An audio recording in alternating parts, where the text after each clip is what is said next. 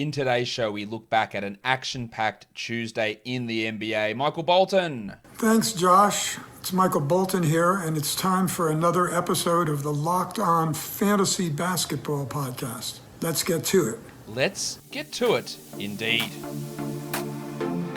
You are Locked On Fantasy Basketball, your daily fantasy basketball podcast, part of the Locked On Podcast Network.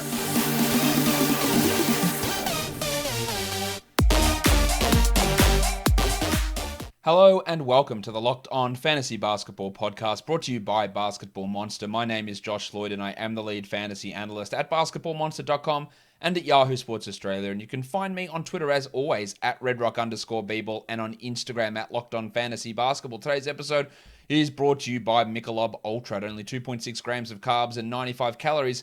It's only worth it if you enjoy it. Stay tuned for the Ultra Player of the Week coming up later in the episode. We've got 11 games on Tuesday for us to talk about. So let's talk about those games right now. First one up is the Denver Nuggets.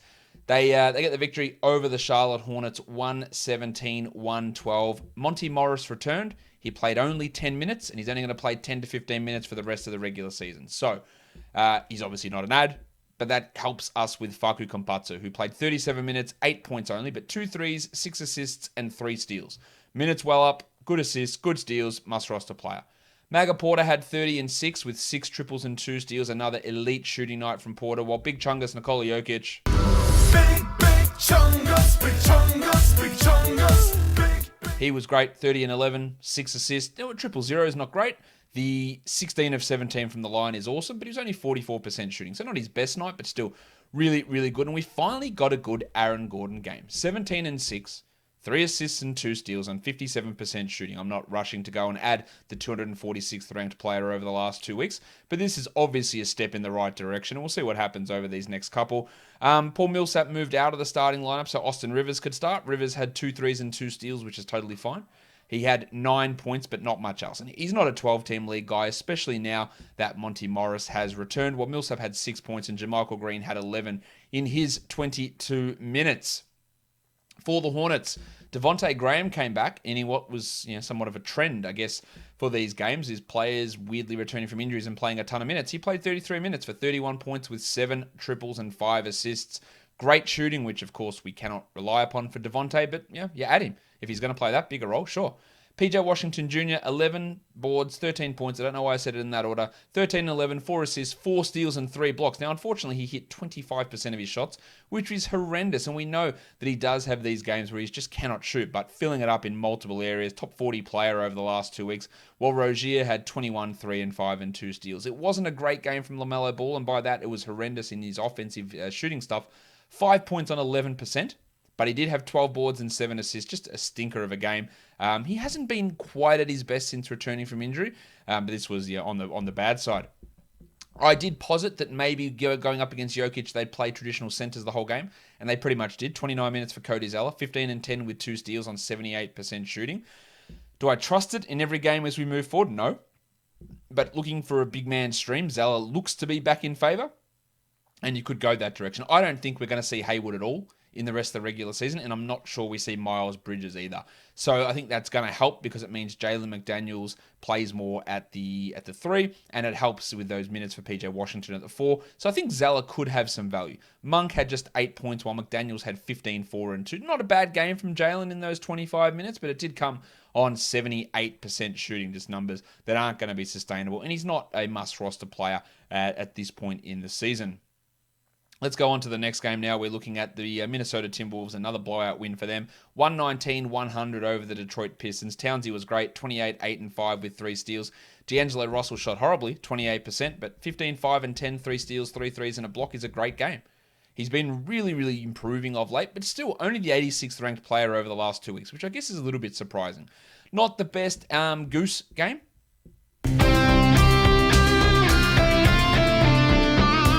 I guess you look at it and go, on the surface, 22 points and a plus 30 is really good, and it is.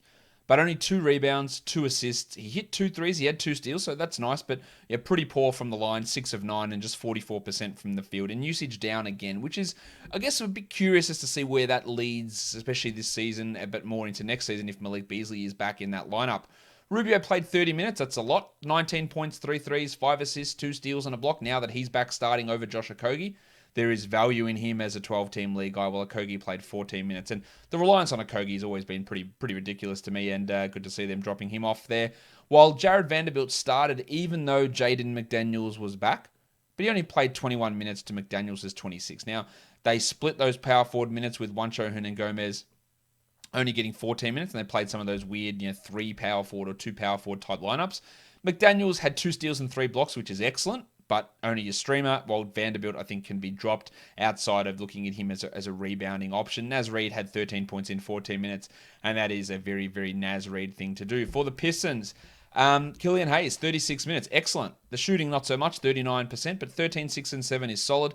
But Saben Lee, impressive once more. There was no Hamidou Diallo, who's still in the health and safety protocols. I'm not sure that he returns this year. I'm not sure that Frank Jackson returns with his ankle injury. Saben had 22, 4, and 5, 2 steals and a block. Now, it's on 78% shooting, has no way of maintaining. But I don't hate looking at Lee as a short-term add, especially for a stream option. Him and Hayes, their chemistry together has been really good. Josh Jackson came back from his sore tooth to have 11 points in 24 minutes with 3 threes, a steal, a block, and shot the ball well, which is not going to be the norm for Josh Jackson. He's a nice points league type of guy, but I don't really trust it. The depressed penis Sadiq Bey had 21 points with 5 threes, and Alf Stewart. Is that you, Mr. Stewart? Well, who the hell else do you think it'd be? Get in here, you pair of flaming galahs. Yeah, the Flaming Galah had 11 and 8 with 2 steals, not his best night. And the Pistons got absolutely trucked in this game, while Doumbouya had 12 and 8 in 26 minutes. Again, just tell us that Grant, Plumlee, Joseph, Allington, tell us they're not playing again. That'd be great if you could do that. I don't think they're playing again, but we just don't know. And it is extraordinarily frustrating to not have that level of clarity about who is going to be in and who is going to be out.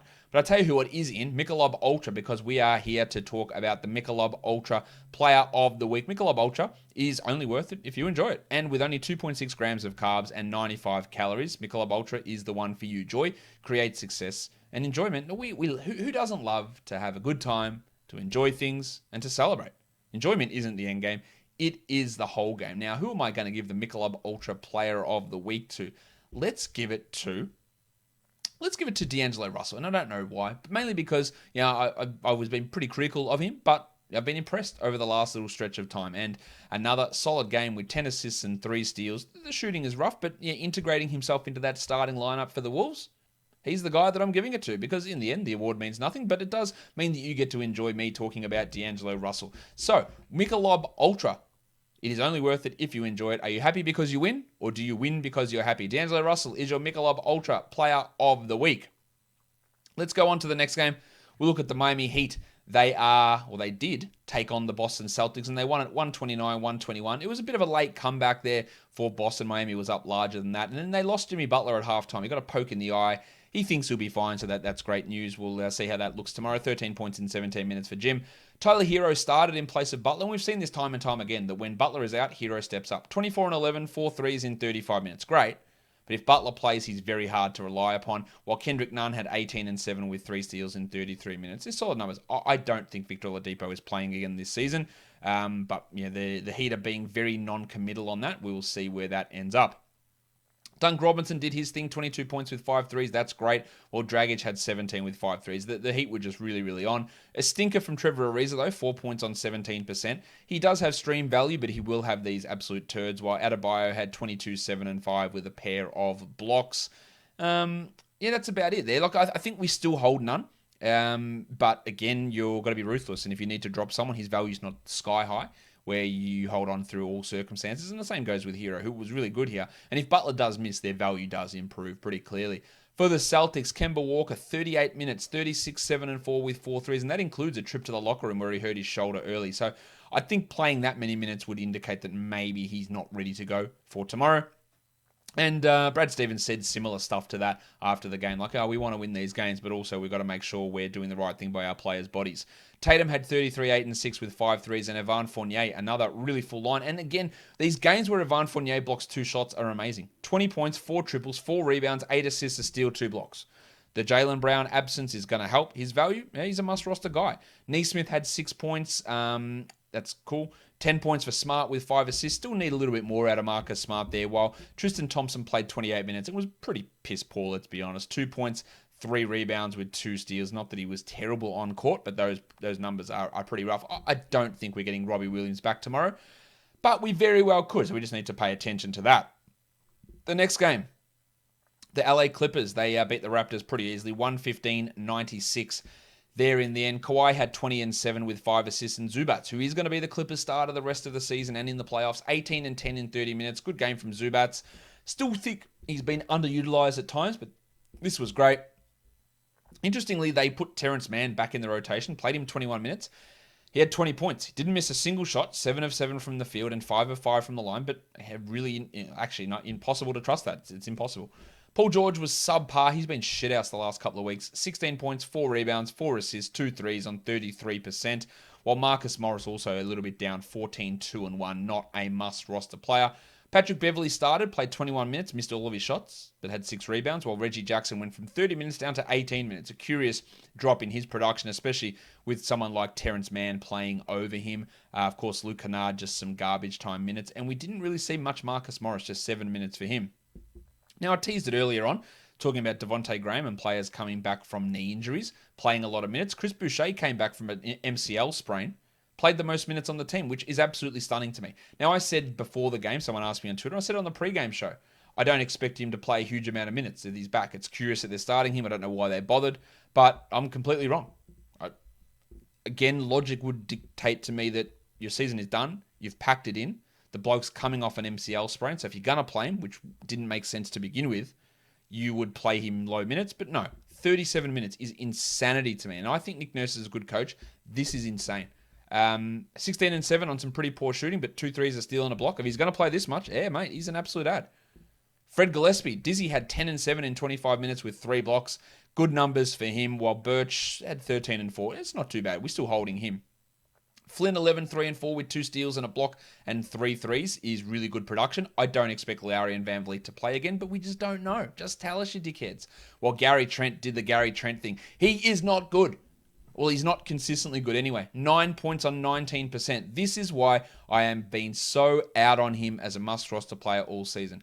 I don't give a shit what his opportunity is, what his minutes are, what his usage is. He just doesn't contribute in enough areas, and he's wildly streaky. Now, he'll come out and have 30 points on 80% shooting in the next game, almost guaranteed.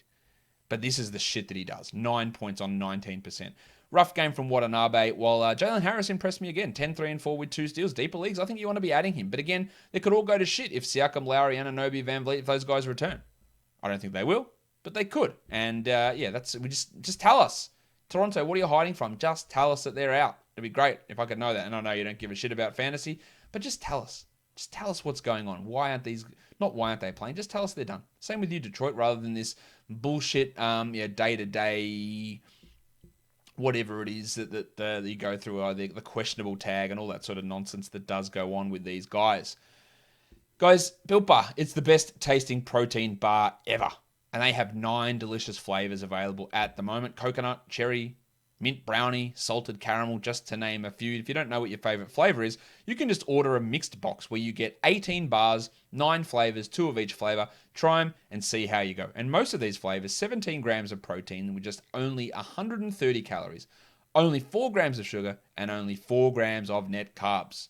All 9 amazing flavors are tasty, they taste like candy bars, and they are all healthy. So, get whatever it is you want, get whatever flavor that you like, and order it today. Go to BuiltBar.com, use the promo code LOCKED15, and you'll get 15% off your first order. The promo code is LOCKED15 for 15% off at BuiltBar.com.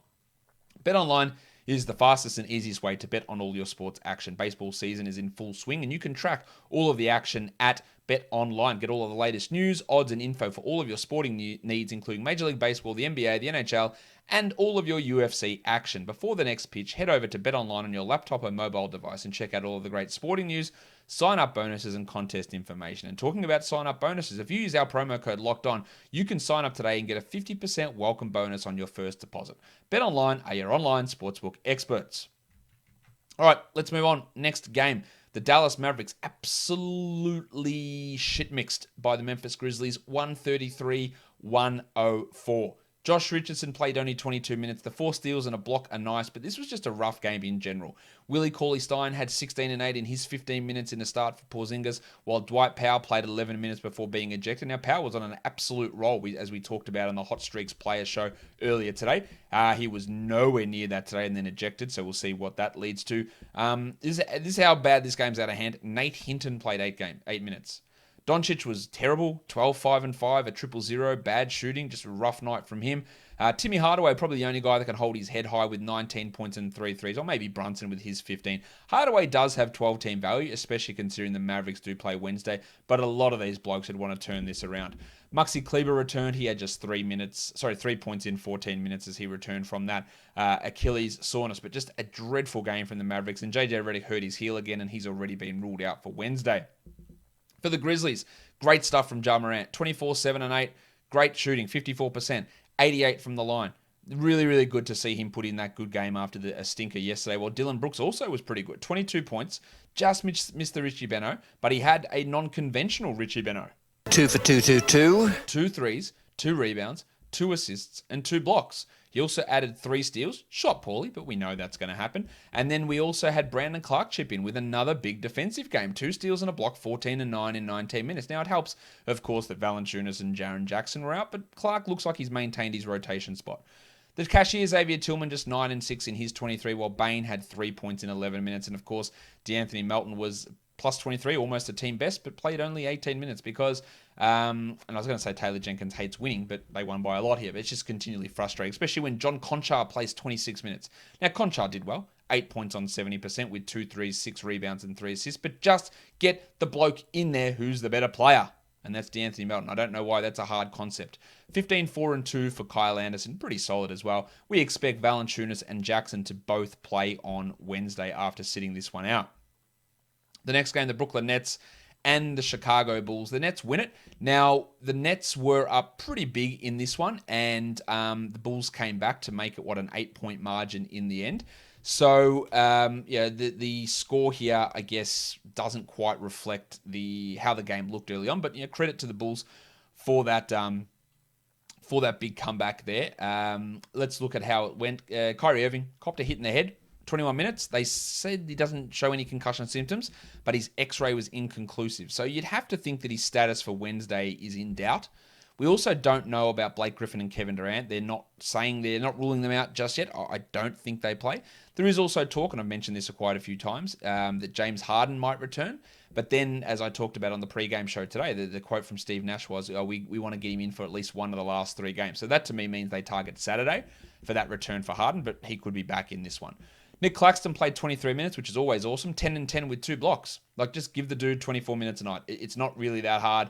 And if Griffin sits out Wednesday, I'd be very interested to see what Claxton does. Bruce Brown, the Shark, had 15 and 10.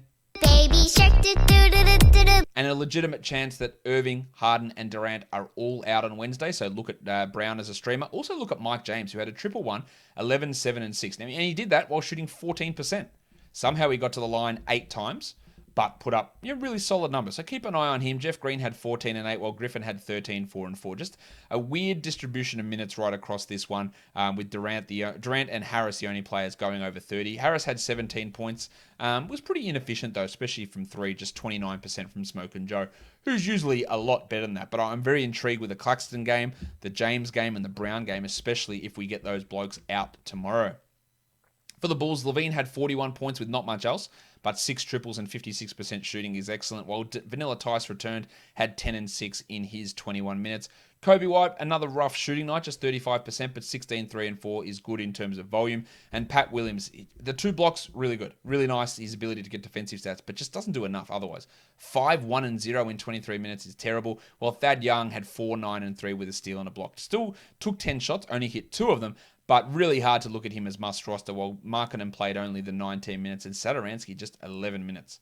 Pretty rough minutes distribution there for Sato, who had been an interesting assist streamer, but obviously you're not getting much in terms of streaming when you only play 11 minutes, as he did in this one.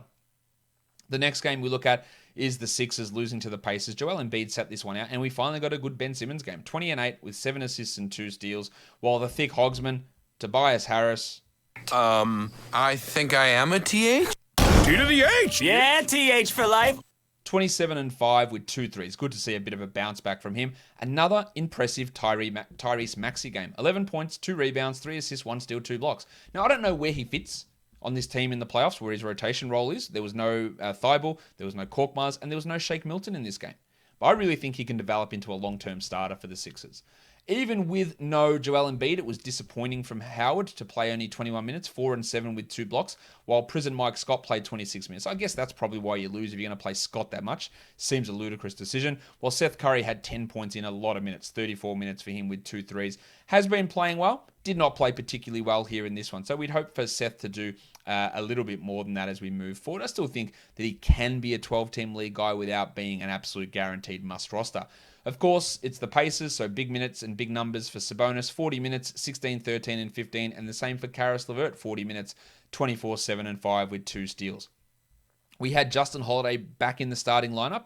He was in there because Brogdon and then Sumner and then Aaron Holiday were all out, and he had a good game for once. 16 points, 3 threes, a block. I'm not adding Justin Holiday, but it was good. While O'Shea Brissett had 3 steals and a block, missed all 6 of his shots, but those defensive numbers are nice for deep league streaming. Timothy John McConnell, only 1 assist. That's pretty disappointing. While Dougie McDermott had 20 points on 31% usage, which is insanely high usage for McDermott, but the scoring volume is pretty good there. Goga had his 2 blocks, missed all 4 of his shots. His field goal percentage has been a disaster the last 2 games, but he's still racking up the blocks, which is useful. While Keelan Martin, whose big game yesterday was a big surprise, he was not able to maintain that, not surprisingly at all. 6 points in 19 minutes for Keelan, but the Pacers get that win on the back of Sabonis and LeVert and their high level of play.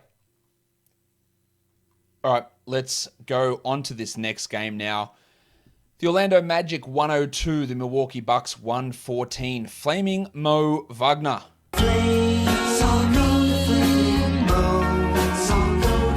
Solid game. 28 minutes, 17 and 13 with 2 threes. He's going to be starting the rest of the way, you would think, with the Chuma Rakiki officially ruled out for the rest of the year.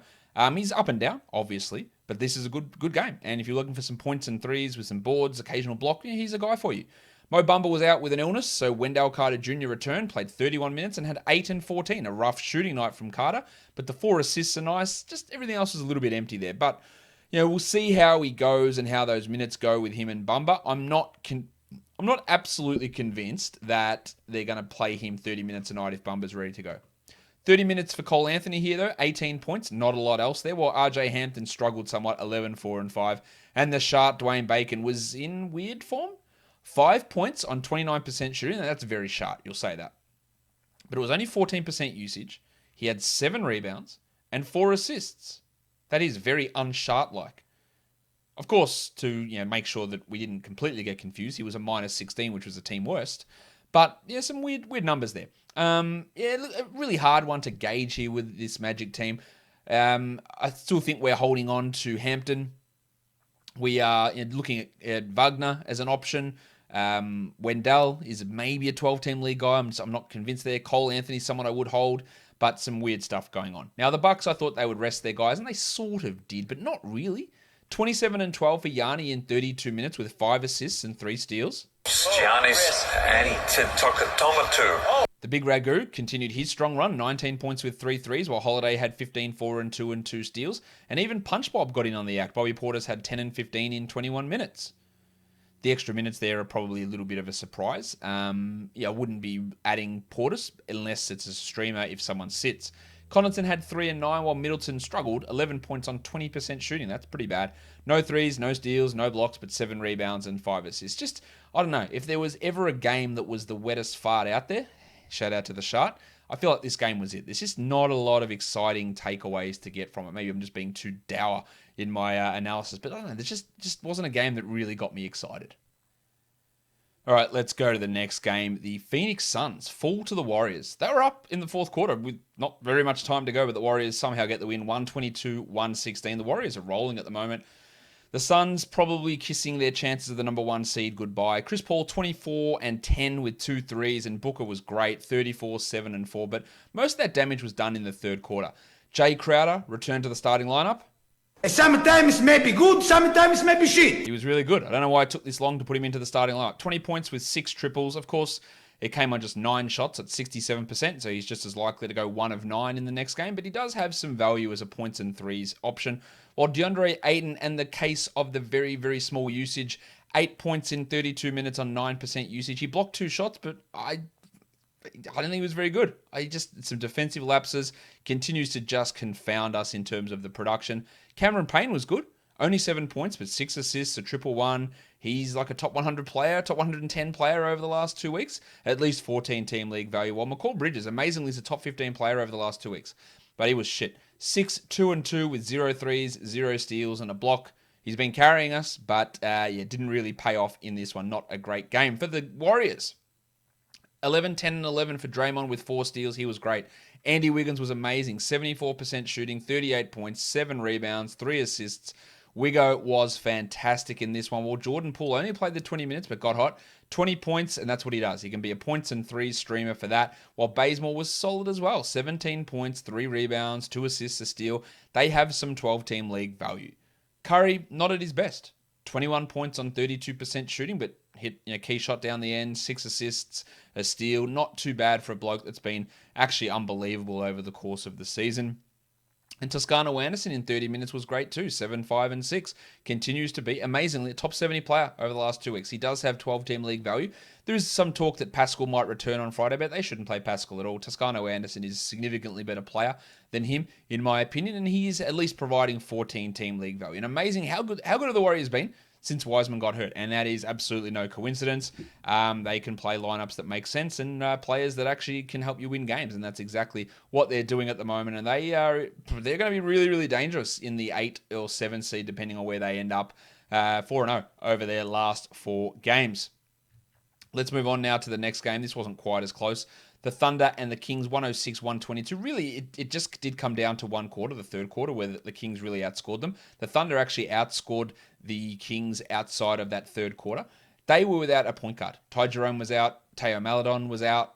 Shai Gilgeous-Alexander was, of course, out. Lou Dort was out. Not that he's a point guard, but he was out. So Kenrich Williams, the Oklahoma City Mudflap, started at point guard. Had 20 points, 4 threes, 4 assists, 4 steals, and 2 blocks. That is an absolutely stellar line. But the problem is that Williams, we don't even know that he's going to play next game because they put him in and out of the rotation. It's great. And watch if he starts, but I can't guarantee that. Svi Mykhailiuk had 14 points with 3 assists and 3 steals. Good game from him. While Bazley was just dreadful. 18 points looks great. 5 rebounds and 5 assists. That's all really good. But 23% shooting? This dude's the 284th ranked player over the last 2 weeks. Fine for points leagues. Category leagues, he's just killing you so bad in that field goal. 83 from the line is also really good, though. Tony Bradley had been in the wilderness. He came back, played 17 minutes, 10 and 6, while the C-parter Moses Brown had 10 and 13 in 27 minutes. Brown looks like he's trending more towards high 20s in minutes, which has some value if you need those big man stats. Not a great night from Gabriel Deck. I could barely recognise my own dick. 8 points in 19 minutes, while Pokusevski was rough. 10, 3, and 2. I don't think that Poku is a must-roster 12-team league player. For the Kings, Delon Wright is. He continues to be amazing. 21, 4, and 8, 4 steals, and 5 threes, and 73% shooting. This is a guy that I've loved for a long time. Wanted him more minutes in Toronto. Went to Memphis and had that really strong run. I thought he was going to be excellent in Dallas last year, and he was shithouse. I thought he'd be good in Detroit this year, and he was shithouse until guys got injured and got hurt. And then he went to Sacramento, and he was shithouse. But when he gets the ball in his hands, he's unbelievable. And we've seen that again here. Terence Davis, 27 points, 5 threes, 2 steals, 31 minutes. I don't think Fox is coming back. I don't think Barnes is coming back. I'm not sure Bagley's going to play again. He was injured in this one. Davis has some 12-team league value. Probably more 14, but there is some 12-team value there. Hield had 21, 3, and 6, while Chemezi Metu started in place of Barnes/Bagley, and he had 11, 5, and 2 with 2 steals and a block. Some okay numbers. Harkless remains an excellent streamer. 1 steal, 3 blocks, 15 points. He's providing some okay numbers, while Richaun Holmes was all right, but nothing spectacular. As I said, Bagley was out with a late scratch due to some soreness in his groin. I don't think he's worth holding. He's not good enough to hold with the uncertainty of if he's going to play or when he's going to play. All right, let's go on to that last game of the night. What a cracker. The Lakers beat the Knicks 101-99 in overtime with just crazy shit going on, really. Taylor Horton-Tucker with horrible plays and then game-winning threes and Julius Randle banging in 3. It was insane. Let's talk Derrick Rose, who played 39 minutes. He had 27, 6, and 6, a key steal down the stretch, 3 of them in total with a block. He's been unbelievably good. Like, unbelievable. Top 60 player over the last 2 weeks. Minutes through the roof. He's been so good. And defensively, unbelievably improved as well. Great stuff. Julius Randle, the double royal.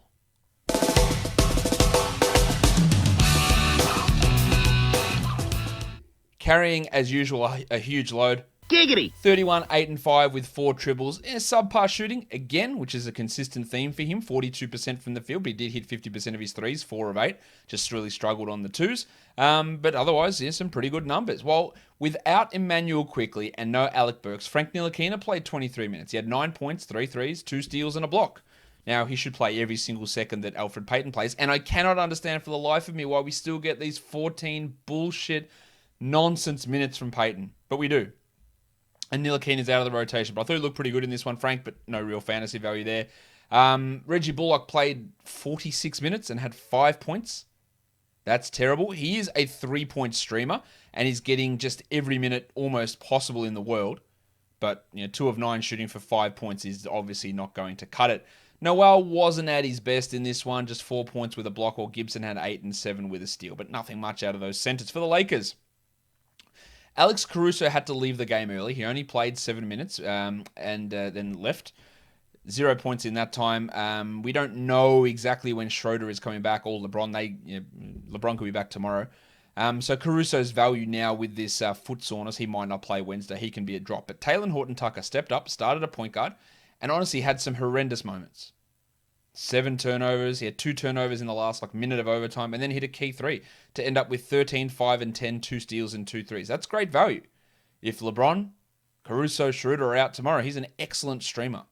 KCP continues his value run. 8 points, 7 rebounds, 6 assists, 2 threes, 1 steal, 2 blocks.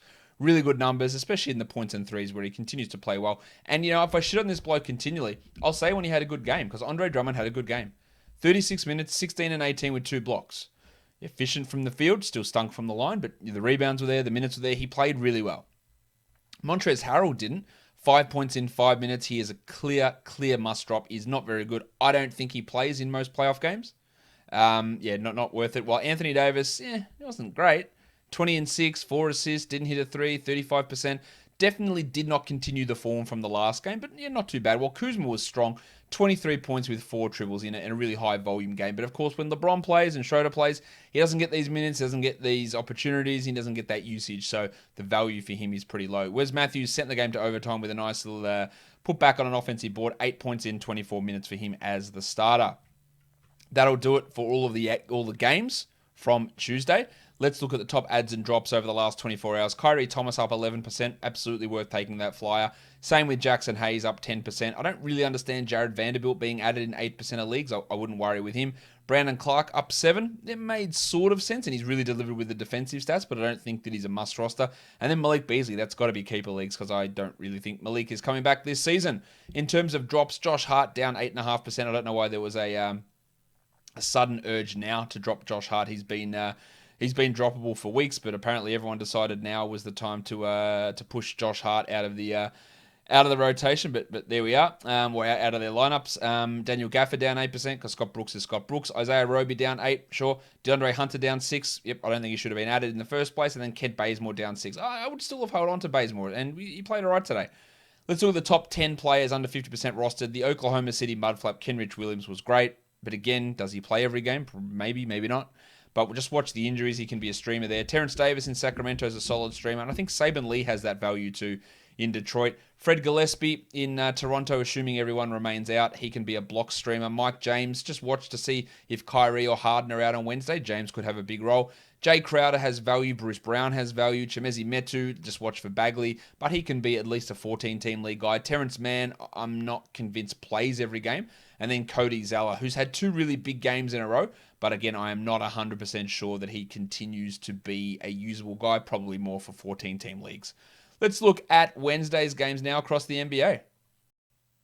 All right, let's look at the games now for Wednesday. FanDuel pricing here. Washington and Atlanta is the first one. The Hawks are 5.5-point favorites. The total is 239.5, so pretty big total there. We know that Bradley Beal is out. We know that DeAndre Hunter is out as he's dealing with that return to injury, back-to-back management, first game of a back-to-back. Tony Snell is also questionable, while Kevin Huerter is probable. The Spurs and the Nets, well, I just don't know. The Spurs, I know that Derek White's out, and I assume everyone else will play outside of Trey Lyles. But for the Nets, there's whispers that James Harden might return. I don't think he will. I think he returns on Saturday, but he could return. Kyrie Irving got smashed in the face on Tuesday and had to leave the game. Will he play? It's a back-to-back, so will Kevin Durant play? Will Blake Griffin play? There's so many ups and downs. So you could have all of those big three players out. You could legitimately have all three of them in. So it is really a tough one to get a figure on until we get more information about that. I think the most likely thing is that none of them play, and then we get Harden returning on Saturday. Kyrie gets these 4 or 5 days off, plays Saturday. Durant plays Saturday, and they all sit again on Sunday. That's what I think is the most likely, but we don't know at this stage. No signs of concussion, though, for Kyrie, so that's good news, but yeah, he's going to get another scan tomorrow morning to see exactly where that ends up. So, yes, obviously some big question marks there. Boston and Cleveland, it's a back-to-back for the Celtics, so does Kemba Walker sit? I would assume so. What about Rob Williams, who's still dealing with that toe? I doubt that he plays. While for the Cavs, Darius Garland remains out. Isaiah Hartenstein remains out. Chetty Osman is questionable. So I do think there is, if he is in, then that makes him an interesting option. If he is out, then you're looking at flyers on Broderick Thomas and Damian Dotson, and then Isaac Okoro's value boost. Kevin Love not on the injury report after resting in the last game. I'm not tired. Pelicans and the Mavericks. We've got Brandon Ingram as doubtful for New Orleans, while Steven Adams is questionable. Of course, if Adams is out, Hernan Gomez and Hayes both get a boost. With Ingram not likely to play, you're going to get Najee Marshall and James Johnson, and Nickeil Alexander-Walker getting a boost there. The Pelicans and the Jazz, no Conley, no Mitchell. Don Mitchell's out for the rest of the season. He's done. He's good. And by rest of the season, I mean rest of the regular season. I reckon that'll be the case for Conley, but they haven't said that yet. The Blazers, Carmelo Anthony's not on the injury report, but Nasir Little is questionable. While the last game, the Rockets and the Lakers, no Kevin Porter Jr., he's out, looking after his cousins. We've got no Avery Bradley, but we have Daniel House, Christian Wood, and Daquan Jeffries listed as questionable. We also have Sterling Brown, who is out. There's still so much that can change here, but Kenyon Martin should get big minutes. Kelly Olynyk will get his big minutes. But what they do in terms of guys like Jeffries, Armani Brooks, Anthony Lamb, Cameron Oliver, those sort of players, is still up in the air with these three guys who could get significant minutes. Not sure. Kyrie Thomas, the other one. I think he'll still get 28 to 30, though, Kyrie. But some more value could open up with guys like House, Wood, and Jeffries potentially not playing. In terms of value, Joe Harris is at 3,700. There's just real good upside value in that. I like Bertans at a cheap price. I like Gobert. I like Capella down at 76. I didn't even mention LeBron. I don't know if LeBron will play. It's a back-to-back. He didn't play Tuesday. Maybe he plays for the Lakers. Sorry, should have mentioned that. Tatum I like quite a bit. I like James Johnson, Hal Neto, Marcus Smart with Kemba out or likely out. Najee Marshall, Tristan Thompson. LeBron at 8-9 could be very interesting, but I wouldn't bank everything on that. George Niang has upside. Kyrie's probably too high. Trey Young I do like. Lonnie Walker I like also. And Kyrie Thomas at 45. Could work out for us. Guys, don't forget, follow this podcast, Apple Podcasts, Google Podcasts, Stitcher, Spotify, and on Odyssey. But on YouTube, hit the thumbs up, hit the notification bell, hit the subscribe button, and leave your comments down below, guys. We are done here. Thank you so much for listening, everyone. See ya.